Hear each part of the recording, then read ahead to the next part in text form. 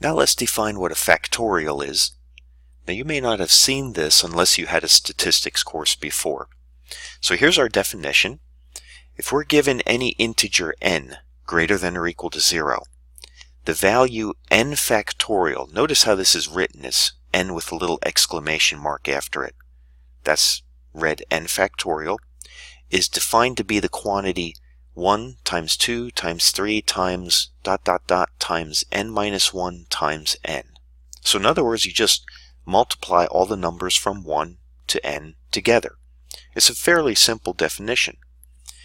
We also define the value 0 factorial to be the number 1. That may seem a little counterintuitive. You might think that it should be 0, but it actually works out best with all of our mathematical definitions and theorems that we come across later on if we define 0 factorial to be the number 1. Let's take a look at a few examples down here. So what would 3 factorial be? Well, just following the definition, that's just going to be 1 times 2 times 3. And that is 6. So that's it. That's all you have to do. 5 factorial? Well, that's going to be 1 times 2 times 3 times 4 times 5. And let's see, 1 times 2 times 3, that's 6. Times 4 is 24. Times 5 is 120. Now you can evaluate these on a calculator also, and Excel has them built into it. Now to get to the factorial button on a calculator like a TI calculator, you see a math button there. We have to press that math button to get to factorials. So for 3 factorial, we would type in 3 first. Oops, let me clear that out. 3, and then press the math button. You come to this screen. Now we're going to have to go over to prob, PR, that's probability, PRB, so cursor over with the arrow buttons. And then you see right there the number 4, you see the factorial symbol. So then press 4 or scroll down to the 4 and hit enter. And you see there's 3 factorial, hit enter, and there we go, 6. For 5, math, go over to probability, press 4, hit enter, and there you go, 120. Excel also has them built in. If we type in equals, now it's the factorial function we have to type in. So you have to type in FA, right there it is, CT, and then just type in the number 3, parenthesis 3, like that. And there you go, 6. Or equals FACT 5 and 120. So once again, there's the function you have to type in. Let's take a look at this. Let's evaluate 10 factorial divided by 9 factorial. What would that equal? Well, there's 2 ways we can think of that. We can think of the 10 factorial as being 1 times 2 times 3 times all the way out to ... times 9 times 10. And then 9 factorial is going to be 1 times 2 times 3 times ... times 9. And that's it. Now you see what we have then is we have all this cancellation. The 9s cancel. What's before the 9 would be the 8s would cancel, the 7s, the 6s, the 5. So in other words, all of these values here cancel. All of these cancel with these, and we get 1 and 1, and we just end up with 10. And that's your answer. Now, another way to look at it is 10 factorial over 9 factorial. Well, you notice the part right here that we canceled, this right here, is actually 9 factorial. So you see, 10 factorial is just 9 factorial times 10. See, you go 1 times 2 times 3 up to 9, and then times one more, which is 10. And then divide that by 9 factorial. And now you see these 9 factorials, those are just numbers, and you've got a multiplication here, so you can just cancel them. And you just get 10. And there you go. Let's take a look at this one. What would 12 factorial divided by 10 factorial be? Well, let's do the same thing we did over here. Let's write 12 factorial in terms of 10 factorial. So for 12 factorial, we would go, it would be 10 factorial, so that's 1 times 2 times 3 up to 10. Then we have to multiply by 11 and 12. See, this is 12 factorial right here. This part right here is 1 times 2 times 3 up to 10, and then times 11 times 12. 10 factorial then stays in the denominator. And now we can just cancel those 10 factorials. And we end up with just 11 times 12, which is 132. And there you go. You can also do these on a calculator if you wanted to, right? You could go put that right there. Okay, you could go 10 factorial or 12 factorial, 12 math, 12 factorial divided by 10 factorial, and then there you go, 132. You don't need the parentheses around the 12 factorial and the 10 factorial since the calculator views them as being a single number. You could put them around if you wanted, wouldn't hurt, but you don't need them in this case. And there we go. Now let's take a look at this.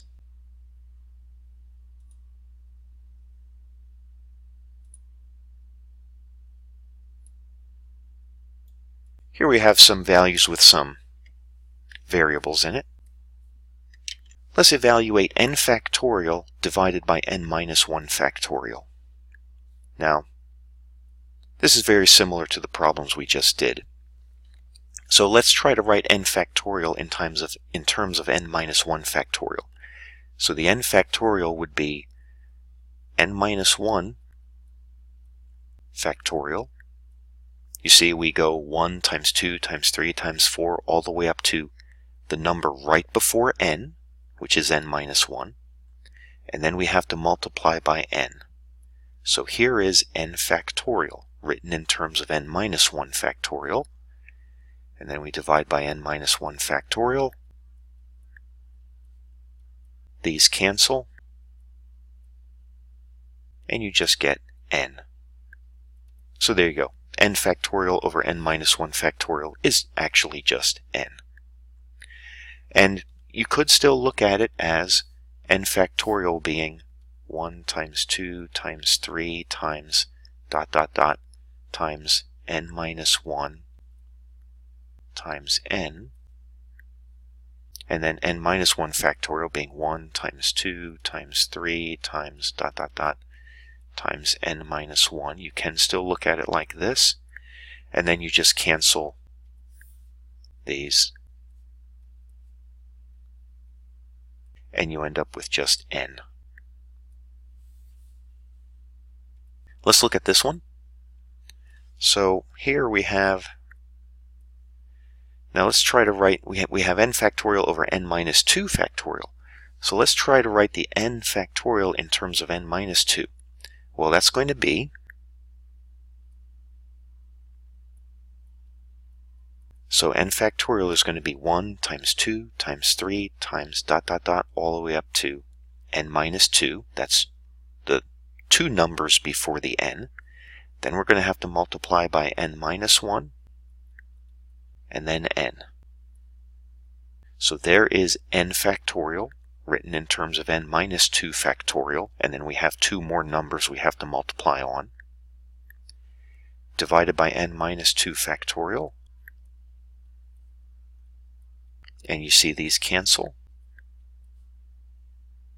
and you end up with just n minus 1 times n. And that's your answer. You could distribute the n and write it as n squared, n times n minus n, like that. There you go. This problem here is very similar to the 12 factorial over 10 factorial, one we looked at up here. Remember? The 12 factorial we wrote as 10 factorial times, and then the next two numbers, 11 and 12. Well, down here, the 11 is like the n minus 1, and the 12 is like the n.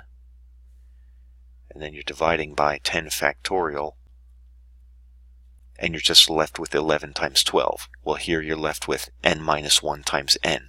You know, think if the n is 12, this is 11 times 12. There you go.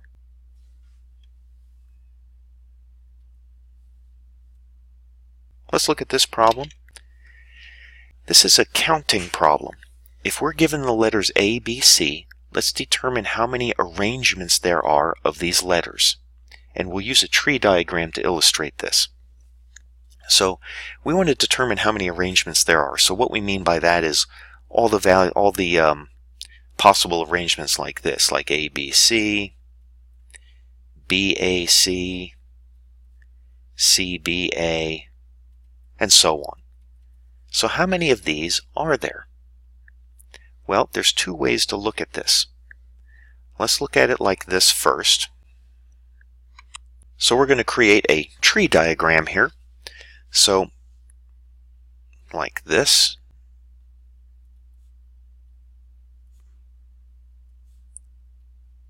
So if we think of this as being one of our first selections that we make.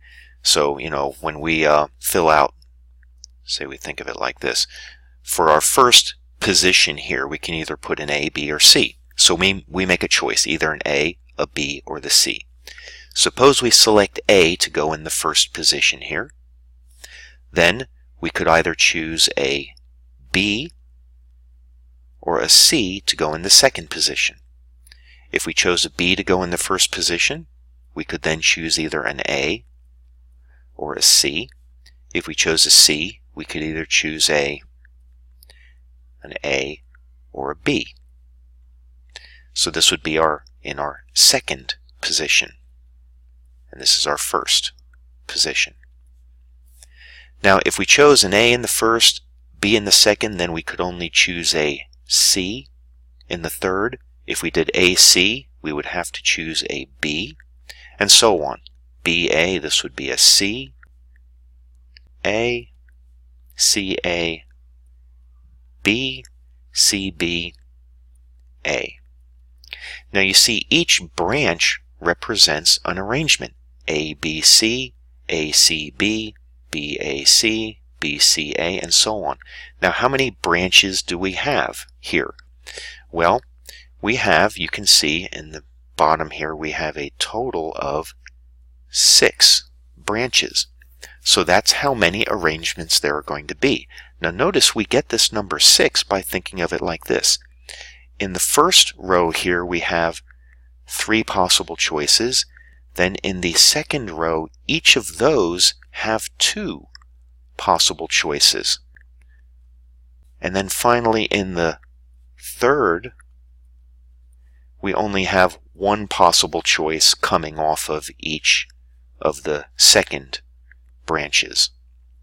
Notice that we get 6 by going 3 times 2 times 1, so notice that this is actually 3 factorial. And so we see that another way of thinking of it is like this. If you have 3 slots to fill, then the first slot, or the first position, you can fill in 3 possible ways. The second position you can fill in 2, and then the third position you only have 1 left. 3 times 2 times 1, that gives you the number of arrangements. And so that is 6 factorial, and that's your answer. I'm sorry, 3 factorial, which is 6.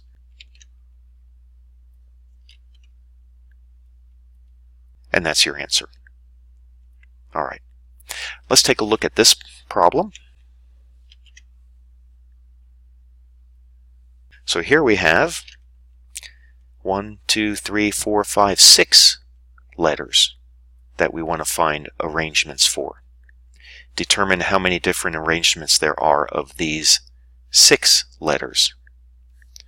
Well, once again, we're not going to draw a tree diagram. That would be a little too big, but we know how to do it now. For our first position, we have 6 possible choices. For our second, we have 5, then 4 for the third, 3, 2, and 1. And so our answer is going to be 6 factorial. That's it. And what is 6 factorial? Well, that's actually going to be 720. You can evaluate that on a calculator.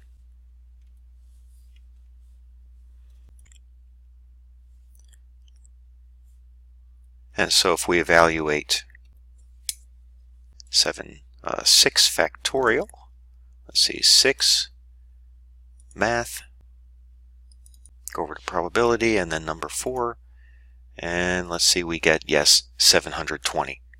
So 1 times 2 times 3 times 4 times 5 times 6 is 720. And that's our answer. In general, if you're given n items, and they're all distinct items, in general there will be n factorial possible arrangements of those items. That's the general rule. Alright, so that concludes this discussion of factorials.